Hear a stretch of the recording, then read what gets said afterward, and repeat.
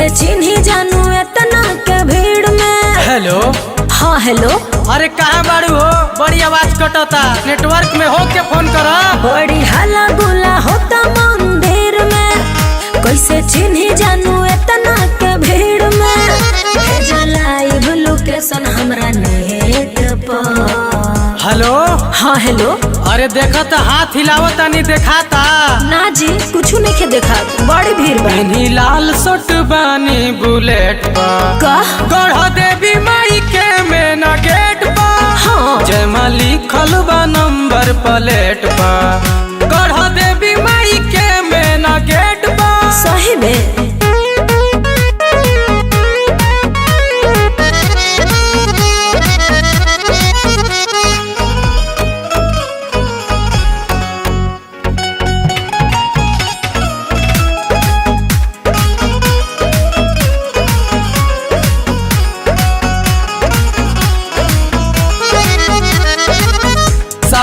साफ नहीं तोहार आवता आवाज हो, लागता कि भेंट नहीं हो पाई आज हो। अरे कैसे भेंट ना हो जी, जन कहतन तन करो।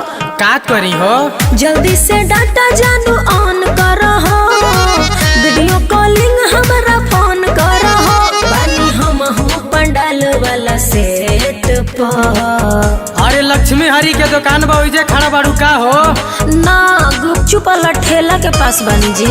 पेन्ही लाल सट बानी बुलेट पर गढ़ देवी माई के मेना गेट पर। जयमा लिखल बा नंबर प्लेट पर गढ़ देवी माई के मेना गेट पर। अच्छा जी।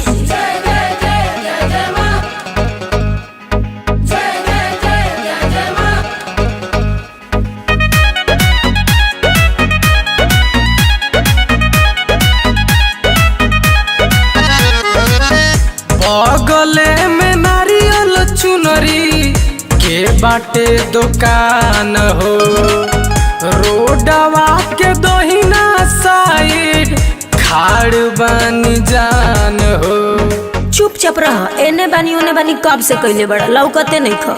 एक तो हम भूखल नवरात बानी हो, नहीं भेटैबा घरे जात बानी हो। हमरा खीस बरे कयो तोहरा लेट पर। अरे इतना खिसियात काहे बाड़ू हो? हाँ तो खिसियाई ना। अब ध्यान से सुना हमार बात, ठीक से देख बानी हम बुलेट पर। हाँ? गढ़ देवी माई के मेना गेट पर। ठीक बा। जयमा लिखल बा नंबर प्लेट पर गढ़ देवी माई के मेना गेट पर। तू बुलेट पलेट करत रह, चलनी हम अपना घरे।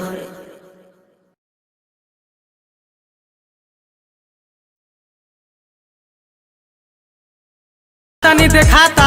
ना जी कुछ नहीं देखा, बड़ी भीड़ बा। इन्हीं लाल सट बानी बुलेट पर का गढ़ देवी माई के मेना गेट पर। हाँ जयमा लिखल बा नंबर प्लेट पर गढ़ देवी माई के मेना गेट पर। सही में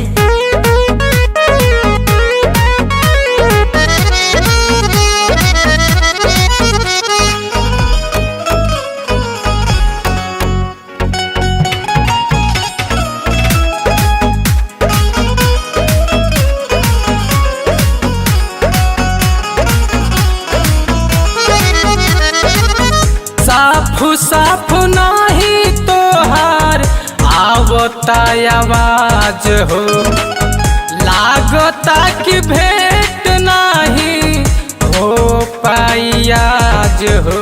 अरे कैसे भेंट ना हो जी, जन कहतन तन करो। का करी हो?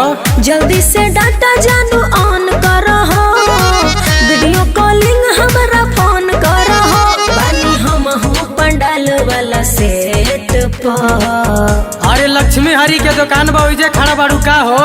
ना गुपचुप वाला ठेला के पास बानी जी।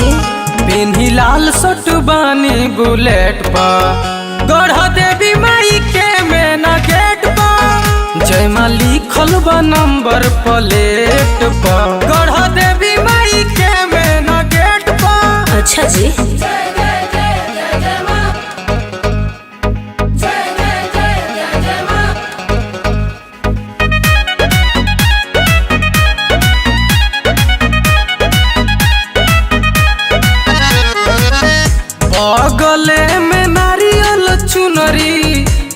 बाटे दुकान हो, रोडवा के दोहिना साइड खाड़ बानी जान हो। चुपचाप रह, एने बानी ओने बानी कब से कइले बड़ा लौकते नहीं ख। एक तो हम भूखल नवरात बानी हो, नहीं भेटैबा घरे जात बानी हो। हमरा खीस भरे कइल तोहरा लेट पर। अरे इतना खिसियात काहे बाड़ू हो? हाँ तो खिसियाई ना। अब ध्यान से सुना हमार बात, ठीक से देख बानी हम बुलेट पर। हाँ? गढ़ देवी माई के मेना गेट पर। ठीक बा। जयमा लिखल बा नंबर प्लेट पर। गढ़ देवी माई के मेना गेट पर। तू बुलेट पलेट करत रह, चलनी हम अपना घरे।